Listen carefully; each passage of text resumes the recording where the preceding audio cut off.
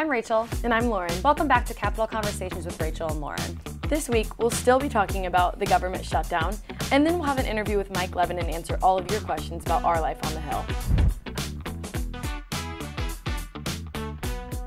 Welcome back, everybody. It is Groundhog Day on Capitol Hill, and that is a pretty outdated movie if you haven't seen it, but I think everybody recognizes the phrase, and it basically just means that we, reporters, lawmakers, staffers, are just going through the same crap every single day. And Coming up on so exhausting. 3 weeks of the same thing every day. And it's awful because there's nothing happening and everything happening at the same time. And it feels like when you're doing these updates, when we do it on the show, that seems to be all we talk about. But then when you actually dive into it, a lot of what's happening right now is nothing. Yeah. It's press conferences about what each party is messaging on. Okay, well, we already know that. I could get up there and give every press conference for them. I don't have to go to the press conference to know what they're going to say. And that is what is so frustrating about it, because you want to go. Because as reporters, we need to be at the press conference, especially when half of the members aren't there. Like Republicans, most of them aren't here. And so that is our opportunity to get leadership and to maybe get like another member. And everyone's also going after the same 5 people. So like when we're in the halls of the Capitol, It's so like you're boxed out all the time because everybody's asking a question. Most of the time you're lucky. Some people are asking the same questions. Like Which is honestly, in a shutdown fight, it is the same questions, because like all of us are just looking at the same thing. Like we said, it's Groundhog Day. So like they're all going to be asking the questions that we're going to be asking. So in this instance, it's weird because usually getting boxed out does mean that like you don't have answers to a certain story that you're doing. But in this instance, like even if you're boxed out, you're going to get the answers. Yeah, you're going to hear it. And I think that that's what's just so kind of mundane about this job right now. And like, to be quite frank, like I'm so burnt out. And you know, that's nothing probably compared to like the staffers who aren't getting paid or the lawmakers who want to come back to town. Obviously, we do not have the same struggles as they do. But I think from a journalistic standpoint, like I think a lot of us are burnt out because we're all trying to chase stories, and more often than not, the answers that we're getting from lawmakers are, we don't know, we have no idea, there's no update, there's no plan. And so it's kind of disheartening because most of our job is to find the update before it's out there. And if the people that we're interviewing don't even know what's going on, then how the hell are we supposed to know? Our burnout comes from, obviously, both sides have to message anything that they're messaging. It doesn't matter what the issue is. There's messaging for everything. But our job is not to write messaging. Like, no, if we are not your oppo. Exactly. If I wanted to write stories just on messaging, then I would have gone into comms. Yeah, I would be your staffer. I'd be your press secretary. And like, that is great. Like, comms is so necessary. That is not dogging on comms at all. No. But this cycle has been so hard as a reporter to break through on that messaging. Yes, and I think that the only way that we've been able to do that is through talking on background with staffers. Yeah. Like, I really think that that's the only way. And I mean, we have gotten some good stuff from staffers. I think that as a staffer, it is so hard right now. These staffers are working their usual days. They're like, the shutdown is very grueling for all of us, or like tiresome, just because like we said, it's Groundhog Day. But they're not getting paid. No. They will get back pay, but all of their staff comes, or most of their staff comes to the Hill every day, and they work their normal jobs, and they are not receiving their paychecks like federal workers.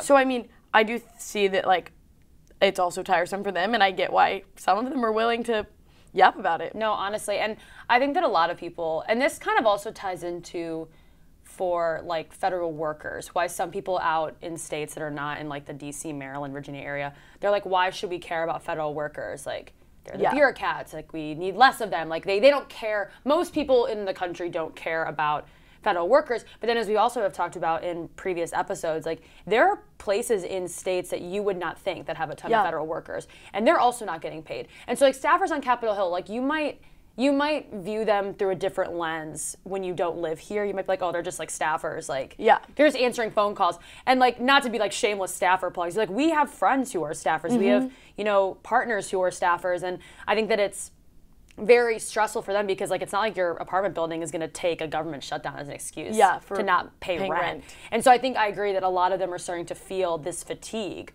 where they're like, I'm getting really worried because I don't have enough money to pay more than 1 month's rent. And I think that that is something that is one of those consequences, and we've talked about that before, where there's not a ton of consequences for a shutdown in the beginning. It's all messaging, it's all just like mudslinging, and then you think it's going to be over. But then as it continues, I mean, we're on day 20, and there's no negotiations, there's no agreement, there's no way out. And so now it's like, oh, well, we're 20 days in, everyone's exhausted with hearing the same thing, and at the same time, now we're feeling the after effects, where we're not getting paid, we can't do our jobs, people are trying to appropriate.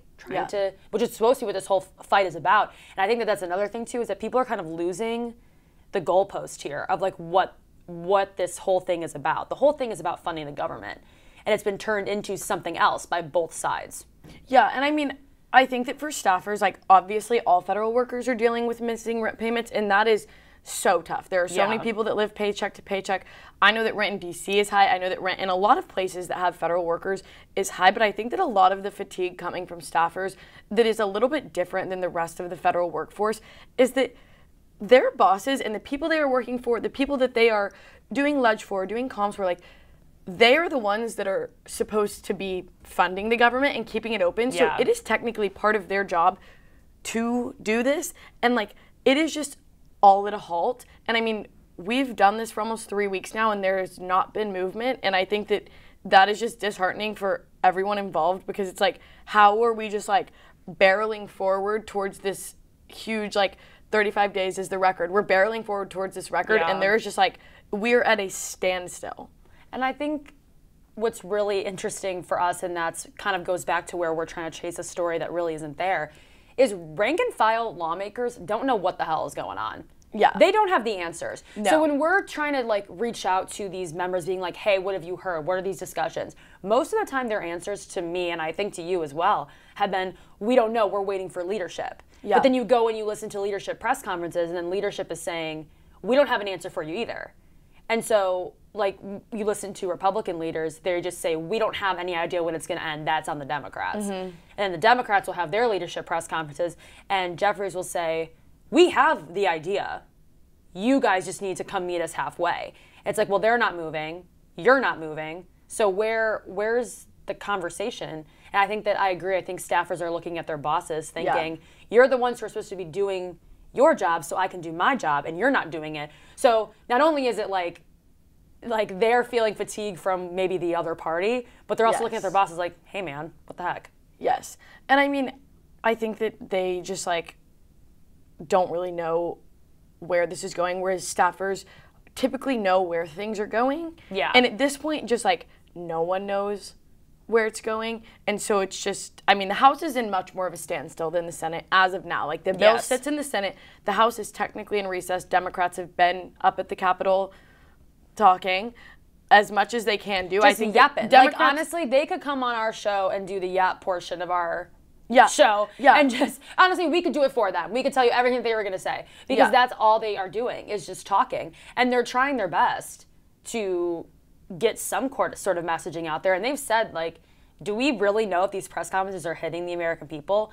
Maybe. Like, how many Americans are just, like, watching C-SPAN at 2 p.m.? Tim Burchett said to me last week, he said that he wasn't invited to the press conferences. That's so funny. But that they would get a lot more views if he was there. And I was like, I love that. I saw him there. I asked him what he's doing in his, I mean, technically recess, even though the government shut down. And I was hoping he would say this. He makes skateboards. He said that he's been making skateboards after hours. Yay. And so he's been home doing that, which is so fun. That's hilarious. I love, this is what I love about covering Congress. I love their little quirks that all of them have, because like truly they are people. That is what we're here trying to convey. Yeah. And like learning about them as people is one of my favorite things. So whenever they give me a very human answer, I love that. It's so fun. And I think, again, it does go back to the fact that these are just regular people who can't have a conversation. Think about every fight you've had with a friend where you're trying to come to some sort of solution and you can't because you're both not listening to each other. It is truly like 16-year-old girls or 16-year-old boys trying to come to an agreement right now. Like, that's pretty much what it is. Yeah, I mean, we have been to all of the press conferences. We did a story last week on Groundhog Day, and we opened it with Johnson opening his day 15 press conference, being like, it's day 15 of the the Democrat shutdown. And then literally 2 hours later in the same room, Jeffries opened his press conference it's day 15 of the Republican shutdown. And that just goes to show, like, how separated they are when they are literally so close. Like, they are in the same room. They're in the same mere room, hours apart. And they are both talking and, like, no one is hearing. No one's listening. I think that that's the thing that people have been reaching out to me and asking. They're asking, hey, is the shutdown still happening? I'm like, yeah. They're like, is there any movement? No. And I had a person ask me, she was like, you know, where do we go from here?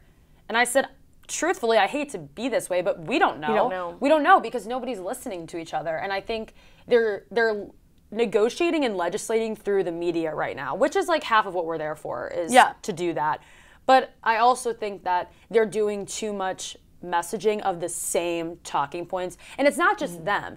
Like, the leaders will open the press conference and they will say their piece. Then they have 3 other people behind them who basically just reiterate everything that they just said. They're way longer than they need to be. And they're way longer than they need to be. And I understand because each member needs their own clips. I do get it. I get it. And I am not I'm not unsympathetic to like what comms people need to do. And it's not even really the comms people's decision either. It's the leaders who want to say this, and so then they help figure it out. But I think that what is getting just being exhausting is you get into the room and then, you know, the leader opens the press conference and then they're done. And then you just see all the reporters just kind of go and deflate. Because then for the next 20 minutes, it's 3 other people saying the same thing. And it's Republicans and Democrats. It doesn't matter what party. They both do it. And so I think that that's where people are getting frustrated. Yeah. If they are tuning in, you know, if regular American people are tuning in every day and they're really getting into it, and they just keep opening the same thing all the time. Yeah. We've had some lawmakers tell us that they think that that's helpful, that it just kind of gives stability in such a chaotic time right now. And like the more that they yell, the more that it reaches people, which I do understand. Which it's an effective strategy. I mean, that is the game of politics. Like, people get elected when they have high name recognition. High name recognition comes from more exposure. That being loud, definitely being on just social relays media. right into messaging. More exposure to messaging just gets their message further. So like, I do get it, but also, like you said, lack of movement. And I mean, that's not the only thing with lack of movement on the Hill. There's so many things that are not moving. Congresswoman-elect Adelita Grijalva, she got elected last month in Arizona. Her election was certified last week. She still has not been sworn in. Johnson has had a couple different arguments. He said that he wants to give her the same celebration that all members get, with all the members on the floor, pomp and circumstance, her family up in the balcony. He painted the whole picture at the press conference, and then Democrats came in, and I talked to Congressman Greg Stanton, and he was like, no, if she doesn't want that pomp and circumstance, then she doesn't need that. She wants to work for her constituents, and if she doesn't want that, then Johnson should respect that. And so, I mean, we've talked about her election multiple times on here, and just like that, there's no movement. That goes right along with the Epstein files vote. We have talked about the discharge petition to force a vote on the full release of the Epstein files, which is a bill introduced by Congressman Massey and Congressman Ro Khanna, a Democrat and Republican. She is the 218th signature that they need to force a vote on that bill. And so without her swearing in, the Epstein files the Epstein file bill also stays stalled. Yes. So we are just stalled. The only thing that's different that I've heard is that she said that she got the keys to her office finally. There's no internet. There's no phones. Her staffers had to bring in their own printers and their own computers because they have nothing. So, and she took over the office of her father, who she is replacing when he passed away. And so that part was very sentimental and very nice. So she at least got to be in the office. But she said right now it's just an office. There's no, we can't help constituents. 700,000 Arizonans or however many are in the district don't have anyone to reach out to for services. And so I think that she is getting visibly frustrated, and so are the Democrats. They're getting very visibly frustrated that this keeps happening, and we're on outspoken, and they're very outspoken. And you had mentioned about how loudness brings exposure, and so last week Democrats kind of marched to Speaker Johnson's office to demand that he swear her in. Well, there was a lot of things wrong with that demonstration. First of all, they did it when Johnson wasn't even there. He was at the White House. So that was kind of just not helpful because it wasn't like he was going to come out and give them the visual fight that they were looking for. Yeah. Nor maybe would have he come out had he been there. You know, we aren't going to know. The other thing, too, is that at one point, one of the members got into an argument with a Capitol police officer. Yeah. And someone put it on social media because they were literally wanting everyone. They had every camera there. So it was not surprising. And I was there. I was in the back. And I did hear someone yelling. But I thought that they were yelling, she's a member of Congress, like, as in Grijalva. Like, she's a member of Congress, you know, swear her in. When I watched the video, I realized it was not that. It was a congresswoman yelling at a Cap police officer being like, let me in, I'm a member. But members aren't really allowed to go to this. It was pretty bad optics, in my opinion. I think the intent behind it was great. Good. Yeah. The Women's Caucus was like, we want to add this great woman to our caucus, and she should be. And I just think that the demonstration there maybe just didn't like hit the mark as much as it did, as a demonstration did when like Mike Lawler and Jeffries got into it. Like that was a very viral video that happened. I don't think the Women's Caucus, and it wasn't because of them. There were many people there, but I think it was just because of the way that it was done and who was there and the timing. I think it didn't really meet the moment. I think that something that has met the moment, though, is going back to Congressman Massey, who was the original writer of the Epstein Files release bill with Ro Khanna. He last week broke his fundraising record for Q3, or not even Q3, for any quarter, but it was his Q3 fundraising, which is honestly huge. That's crazy. Trump does not like Massey. The whole entire White House does not like Massey. The House GOP leadership doesn't really like Massey. I mean, they've told me that they don't get along with him policy-wise, but personally they do. And I'm like, I don't not believe you, but nothing in public has made me think that that is true. He is a thorn, for sure. He's well known for voting against specific bills like President Donald Trump's One Big Beautiful Bill earlier this year. Stuff like government funding. He is doing stuff like trying to force a vote on the Epstein Files. Trump aides have started PACs to unseat him. Trump has made posts just calling him weak, calling for him to be unseated. Whatever you think a Trump post about Massey would be is what it was. And so with him being so in the news, I mean, not only for Epstein Files, but for other things like voting against government funding bills, for him to surpass a fundraising record, I think does show that like his constituents and his base do support what he's doing for the most part, which I do think is kind of a diss to Trump in a way, just because he has split so firmly with the president in a way that we haven't really seen other members do yet. So I would say that that is maybe like one of the most notable things in the whole Epstein like realm of things, even though that's not directly related to Epstein. I think that that is like maybe like some of the most movement we've seen in there within the past week or so. I would agree, and I think that Trump very rarely has people go against him as of late. That's just kind of how the Republican Party is. And I think that Massey is one of the very few lawmakers who can speak so directly out about the president or indirectly or about House leadership and still make that fundraising record or break it. Yeah. I don't think you would see very many people doing that and having that much success if it wasn't for his base. Because, I mean, he's been kind of a thorn in the side for a while, and his base keeps electing him. I think he comes off as authentic. I've talked to people like my friends that live across the country who like him, and they follow politics pretty closely. And what they like about him is that he is not just going to go with the flow of the party. And I do think that there's a massive group of American people that respect that in a member, because a lot of people do not like the institution of Washington. Yeah. That is a pretty common thing. And that is what people liked about President Trump whenever he first came into politics. He kind of went against the grain of the institution. And I think that Massey kind of has that same pull whenever you watch him. I agree. Closer. And I do think, I talk to Massey a good amount, and I think that he like firmly believes everything that he says. Like, he is one of those members that like everything is coming out of his mouth that there's no question that I think that he thinks it's true.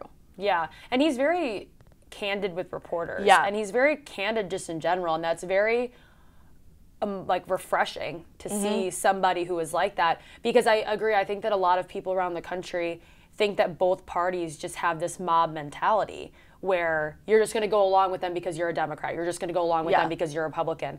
And then you have these pockets of members who come out against their party pretty frequently. And then not only are they not afraid to do so, they don't back down after the first try. But then they surpass fundraising records, or they get a ton of views and follows in social media. And you start to notice that a lot of these people are kind of breaking through because they no longer are fitting that mold that the party has for them right now. Well, thank you for joining us, Congressman Levin, for Capitol Conversations this week. Obviously, we've been busy with the past few weeks with government shutdown stuff. Can you just talk to me a little bit about why government shutdown is when Democrats have been using their leverage in these negotiations that haven't necessarily been happening, but what y'all are trying to do? Well, thank you, Lauren and Rachel, for having me. I will just tell you we're now 15 days in, and it's a very sad state of affairs around here because we are here ready to negotiate, but my Republican colleagues are not, and they weren't here last week or the week before that. And I don't think we've had a vote in a number of weeks. I heard yesterday that Congress has only been in session something like 19 out of the last 104 days, which y'all could look to see if that's a record or not. But it certainly, to me, seems to be an abdication of the responsibility that we have to represent our constituents well. And at the end of the day, that's what this is about. It's about our constituents being able to afford health insurance. And, just in California, we're talking about roughly 600,000 Californians. These are American citizens who are going to be priced out of their health insurance that they get through Covered California. That's our ACA exchange. I know the numbers are between 4 and 5 million across the country if we can't come to some sort of resolution. And there are Republicans and Democrats alike who want to fix this, want to resolve this issue to prevent that from happening. But the reality is that Speaker Johnson and Leader Thune are unwilling to engage in any kind of negotiation around how we fix it. Speaker Johnson has said, well, we can do that later, but that's not going to work. My constituents in California are going to be receiving letters. Today's October 15. They're going to get letters today saying that their premiums in many cases will double. In some cases, might even more than double if the tax credits are not extended. And then open enrollment is in November. So the decision to delay has really hurt families all across this country. And I just wonder what Mike Johnson says to the constituents he has there in Shreveport, Louisiana. They're hurt by this just like everybody else. And I think that's interesting because you had said that, Republicans are not here. Oh, I froze. I'm back. The Republicans are not here right now. And so Democrats kind of every single day have been kind of drawing attention to this healthcare fight that you guys are trying to have. Do you get the sense that your caucus still has the same energy that it did on day one? Because we're kind of living this Groundhog Day situation where, it's staffers, it's lawmakers, even some reporters are feeling the fact that just every day is the same. It's the same talking points. Do you think that those talking points are getting to the American people who want to know, why is my government not working right now? First, what I would say, Rachel, is if I were a Republican member of the House, a rank and file member of the House, I would be furious that my leadership, Speaker Johnson in this case, has kept me from Washington, D.C. now for what, 3 or 4 weeks? Well, the government is shut down and the ACA tax credit issue hangs in the balance without any even beginning of a good faith negotiation. And in fact, Kevin Kiley, member from California. I don't always agree with Kevin, but on this we certainly agree. He said that Johnson's strategy here to keep his members home was really, really off. I can tell you on the House Democratic side, we're here in large numbers again this week, and we're united in saying very loud and clear that health care is worth the fight. Millions of Americans not being able to afford health insurance next year is simply not acceptable. And again, it'll drive costs up on everybody. That's, I think, such an important point, Rachel, Lauren, that we have to keep making is that It's not just those on the Affordable Care Act who will be impacted. They may be impacted the greatest or the most obviously because they're going to get letters saying what their premiums will be next year. But if you have any form of health insurance, the costs will go up because, again, the millions of people who will be uninsured, they're going to have to be absorbed into the system. Their acute care needs, their hospitalization needs, the emergency room care, all that gets absorbed into the system, which means everybody else has to foot the bill. That's on top of the changes or the impact on Medicaid and on Medicare that the Republican bill made earlier this summer. And on Medicare, the amount that providers are going to be reimbursed is going to go down roughly 4% this coming year because the Republican bill blew such a massive hole, a $3 trillion hole in the debt.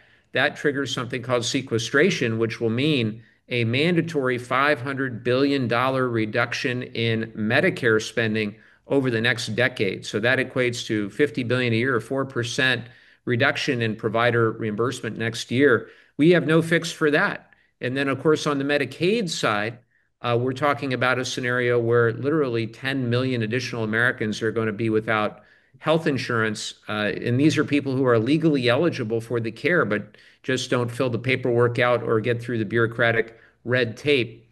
For me, all of this, it's just unconscionable that we would do all of that, all that I just said with regard to health care, take millions and millions of Americans' health care away or make it too expensive, all to fund another tax cut where the benefit disproportionately goes to the top, certainly 10%, if not 1%, while middle class and lower middle class families are left paying the bill.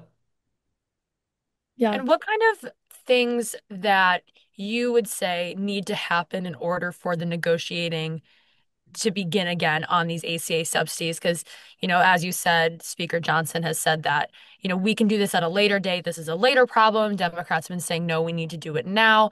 There's been talks about wanting a permanent extension of them, and Republicans haven't seemed to be super excited about that. And then some Republicans have said we definitely need reform. Maybe we could do a year, like certain things like that. Where do you think we could find negotiations going, and what do you think Democrats would take if they couldn't get a permanent extension?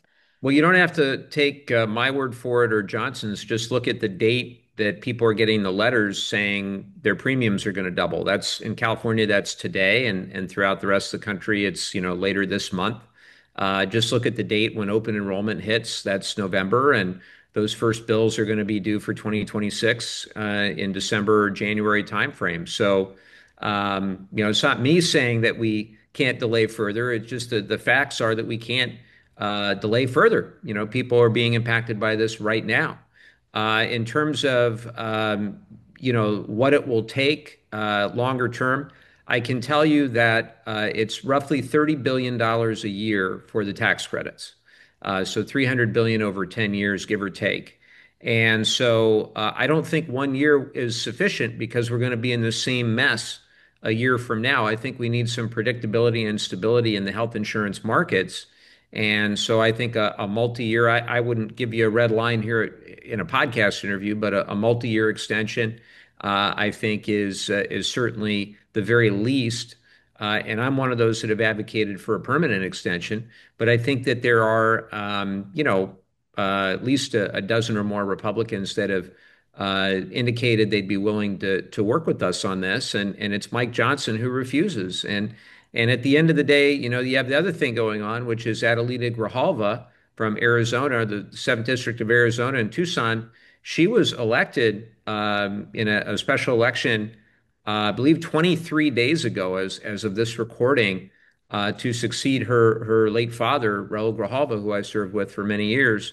And that election is being certified, I believe today or yesterday was certified in the state of Arizona. So there's really no reason for Johnson not to certify Adelita Grijalva, not to call us back, other than number one, he doesn't really want any sort of bipartisan negotiation. He wants to punt everything over to the Senate on that. And then number two is he doesn't want 218 signatures on the discharge petition to compel the DOJ to release the Epstein files. And this is just the reality of the situation is that Mike Johnson's putting the interests of those who might be implicated in the Epstein files ahead of the American people and his constitutional responsibility to swear in members as they're duly elected and certified. Yeah. Well, obviously, there's a lot going on here in DC, but there's also a lot going on in your home state of California. We have a redistricting effort that's coming up on the ballot here in about a month or a little bit under a month. Can you just talk to me about where that is, how your constituents are feeling about that? How much, I mean, there's been a ton of money, a ton of campaigns poured into that, and just kind of what that redistricting effort looks like from your position as a member of the California delegation. Well, Lauren, you and I have spoken about this before. I don't love any of this, what is happening in the country with regard to gerrymandering.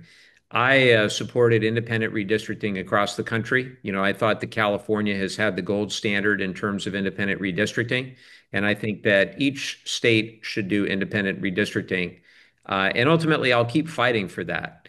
But I also live in the real world. And in the real world, what happened is, Governor Abbott in Texas, working with the Trump administration, decided to gerrymander the maps there and, to gain 5 seats. And I think California has a decision to make. Do we roll over and play dead and pretend that didn't happen? Or do we fight back and at least try to level the playing field and do so in a temporary way? That's the other thing that I think is important to understand is that the California ballot measure is a one-time temporary response to what Texas did. And it reverts back in California to the independent commission come the next normal census and redistricting process. So, all that being said, I already voted yes on that initiative. And again, I wish none of this was necessary, but it is. It is necessary. And look, I wonder where all of this ends. I hope that at the end of all of this process, that Republicans and Democrats alike say, let's get away from this race to the bottom where every state is gerrymandered as much as possible. And that's the other thing is in California, some people wanted a 52-0 Democratic map, but there was a strategic decision that was made not to go above and beyond what the Voting Rights Act would allow in terms of districts that are consistent with the VRA. Other states did not adhere to those same standards. And, we're talking about compactness and keeping communities of interest together and so forth. The idea here is that any legal challenge to those California maps, should they become the new maps, would be null and void. Whereas I think there are some other maps that are out there in some other states that I think will be and maybe might be successfully legally challenged in the years to come. Yeah. I mean, you talked a little bit about where does this end, and I've kind of been thinking about that. We're seeing moves from not only Texas and California, but states like Maryland, Indiana, Illinois, and all these states are kind of coming into the redistricting fight. And I was thinking about it now, and that, I mean, with the fight being so big this midterm, is that something that's going to become a norm for voters? Is this redistricting process happening every year as the House, like, kind of remains like back and forth with a 1-2 seat majority? Like, these redistricting efforts really do impact Washington drastically, whereas in years past they may not have. Do you see this being an ongoing fight? I sure hope not, Lauren. I mean, I want to get back to an institution where we actually work together and we try to solve problems for the American people. And ultimately, it requires compromise. It requires driving towards consensus. And the more gerrymandered these districts get, the harder it is to envision a scenario where people are willing to compromise, just in general. Every bill, so I've been here now 7 years, and we've gotten 34 bills signed into law by both Donald Trump and by Joe Biden. And every single one of those bills was bipartisan. And I worry that just from a long-term perspective, if all the policy that we're making in this institution, in the Senate, if all those policies are done in a party line vote or through the reconciliation process with a simple majority, that there's no durability to the policy anymore. And I just think that's the wrong way to go about governing. You would never run a business or an organization like that. You'd want predictability and stability in the long term. I think that we're at a very chaotic, dysfunctional time. And, a lot of it, I think, rests on Johnson's shoulders right now. And it's a result of how he got in. It wasn't that long ago that we were going through the motion to vacate the chair with Speaker McCarthy. Again, I've been here 7 years. I'm not surprised by a whole lot that I see, but that day really did surprise me. I did not think that Republicans were going to oust McCarthy. And then you'll both recall that Johnson was not the first, second, or third choice of the Republican conference, right? So Mhm. Scalise, Jordan, and Emmer, none of them could get the votes. So Johnson was the fourth choice. And I think Johnson, his basic achievement here has been survival. And I think part of the reason that he doesn't want his members back is that I think a lot of them are going to talk about extending the ACA tax credits. And I think Johnson knows that if that actually were to happen, if there was a bipartisan bill to extend the credits, I think that'd be the end of his speakership. I think there would be those on the far right who would move to vacate the chair if some kind of deal like that were actually brought to fruition. And I think that's the reality of where Mike Johnson's at. I think the other piece of this is that individual members are on the Republican side are afraid to speak out. They're afraid to get sideways with the administration on anything because they know that Mike Johnson at the end of the day is not going to have their back. Mike Johnson is going to have Donald Trump's back. And when you have a president who's willing to be very vindictive, who's willing to go after his enemies on social media, primary the people in his party that he declares not MAGA enough or loyal enough, creates a horrible, horrible dysfunction. And, Johnson is willing to go along for that ride with Trump rather than risk his speakership. And it's a sad state of affairs for the country as a result.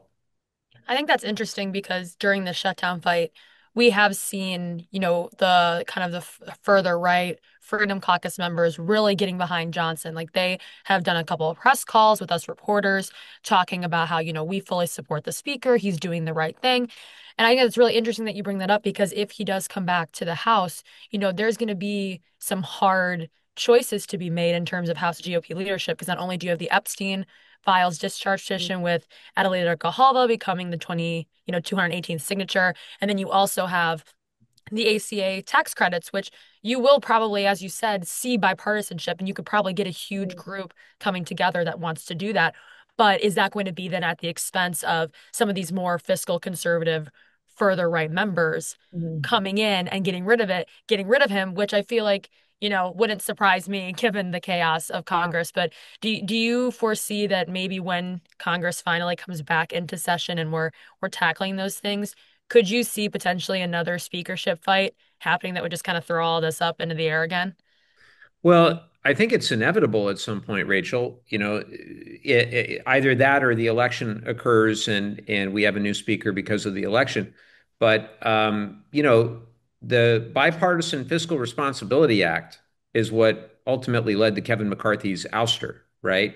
And that, drove the deficit down by I think 1.6 trillion over 10 years. I mean, it was in many ways was a very conservative bill, but it wasn't good enough. And, if Johnson were to want to cut a deal with us, let's say, 2-year, 3-year, 4-year extension of those tax credits, I think it would easily get 300 plus votes in the House. But it also would probably lead to Mike Johnson losing his speaker's gavel as well. And that's a calculation that he's going to have to make. At the end of the day, what I also think could happen is the Senate Republicans will begin to hear from their constituents about the healthcare premiums doubling in the red states, just like they're going to double in the blue states. In fact, based on what I've read, Texas and Florida are the two states with the highest per capita number of ACA recipients. And so the most people as a percentage of population who will be impacted by the premiums going up are those in Florida and in Texas. And so if the Florida delegation, if they start hearing from people, if the Texas delegation, they start hearing from, I'm talking about their constituents now. Now, here's the other part of this. None of these guys are doing town halls. One said they wouldn't do a town hall in person ever. And so, how are they supposed to hear if they're not paying attention to what their constituents are saying? because they're afraid of what their constituents might say, or they're afraid of a contrary opinion. I mean, I've done one a month now since I started in 2019. I think we're up to 126, something like that, 127 town halls. And every one of them, inevitably, I'll have people who disagree with me. But that's part of the job. That's the whole point. You're supposed to represent not just the people who voted for you, but everybody. And I worry that more and more of my colleagues, in not doing town halls and not even showing up here for weeks at a time, give me a break. I mean, it's a total abdication of the job that they swore an oath to the Constitution of the United States, and I just think they're mailing it in, and the voters ought to recognize that. If these folks won't actually do their jobs, they ought to find a new line of work. Well, thank you so much for coming on today. I hope you have a great rest of your week. Thank you. You too. Good to be with you. Yes, Bye. thank you. Thank you. Welcome to our Q&A block, our favorite part. And we are now going to be answering questions from Jane and Emily. Love it. Well, you've been following the New Jersey governor's race pretty closely. Can you talk a little bit about where those things are as the election is coming very quickly? Well, basically, Donald Trump is throwing his full weight behind the Republican nominee. His name is Jack Ciattarelli. And what is interesting, I think, about that is that there are two governor's races happening in 2025. And it actually a couple weeks, which is kind of nuts. And crazy. Part of that is the fact that in Virginia, there is a Republican candidate. It's the Lieutenant Governor, Winsome Earl-Sears. Trump has not endorsed her. So in these two races, he's made an endorsement in one and not the other. Which is huge. Which is huge. A Trump endorsement is massive in any election. And it's helpful for Republicans, especially in an off year where Trump's not on the ballot. Yeah. So Republicans already are going to have a deficit of trying to get their voters out. That's just historically how it's been. Democrats are better about getting their voters out in a midterm election than Republicans are. And I mean, whatever president is in power, typically it is harder for them to message in a midterm just because they do so much in the first half of their presidency. Right. And so, and especially now when this is just the first year of the, not even a full year of Trump's second term, you know, this will be kind of an early bellwether on how the agenda is being accepted by other voters. Totally. And so what I think is very interesting about it, though, is that he hasn't endorsed Earl-Sears, who is like, you know, Ciattarelli's Republican counterpart in Virginia. And I think that what I've talked to with strategists and just from my own like journalistic opinion, I think that when Trump is looking at these candidates, Earl-Sears is just a weaker candidate. And that's for several reasons. She's going up against Spanberger, Abigail Spanberger, who is just all around a great get for Democrats. She knows how to be a great politician. She speaks eloquently. She doesn't really succumb to drama. And I think Earl-Sears, the problem is that she's been kind of sucked into this like drama, loud, screaming campaign on ads or whatnot.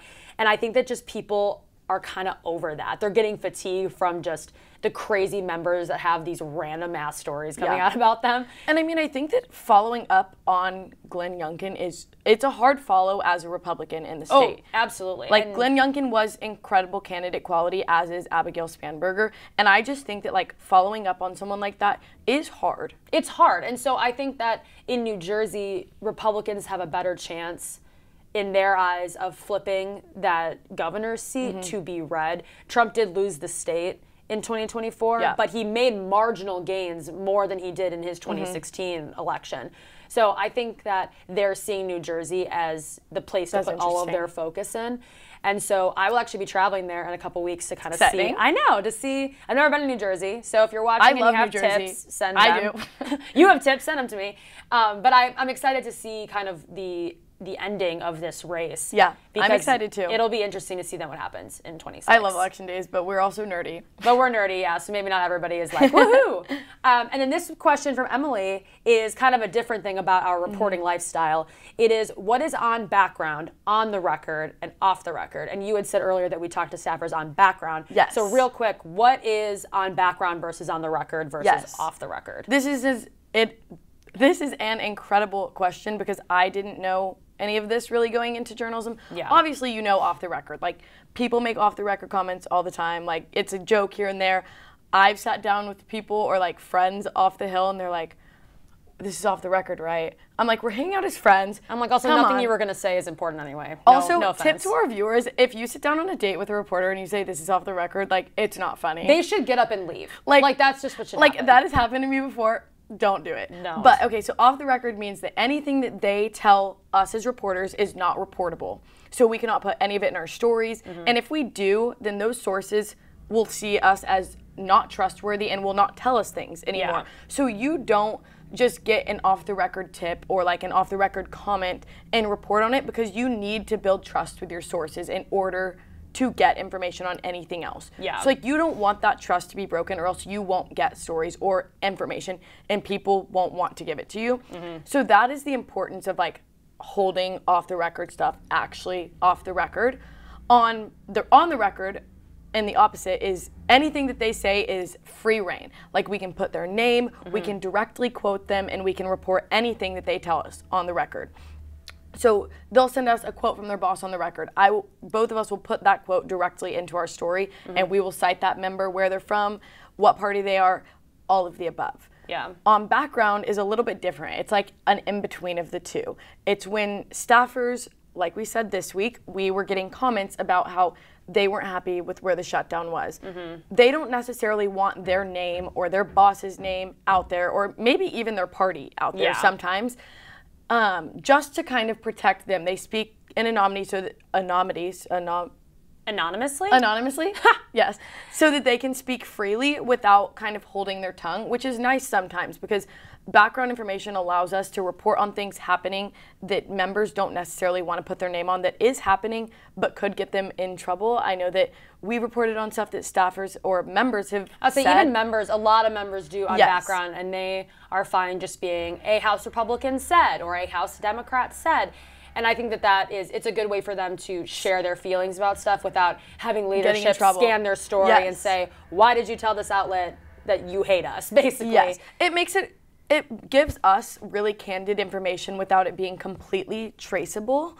And also using sources how they want to be used on background is also another sense of trust. Like, if they are being candid and giving us things that we can report on that isn't necessarily putting their direct name on it but is reportable, like, that is helpful information for us whenever we are just trying to like understand a story and try to make the story better and like the flow better and like just help the story grow from beyond what typical messaging is.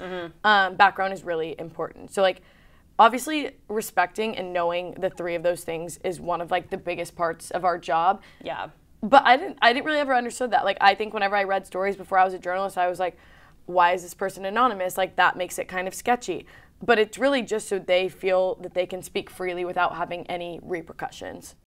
And that's a wrap. Thanks for watching Capital Conversations with Rachel and Lauren. And as always, make sure to like and subscribe. Follow us on Instagram, follow us on X, and as always, make sure to read at WashingtonExaminer.com.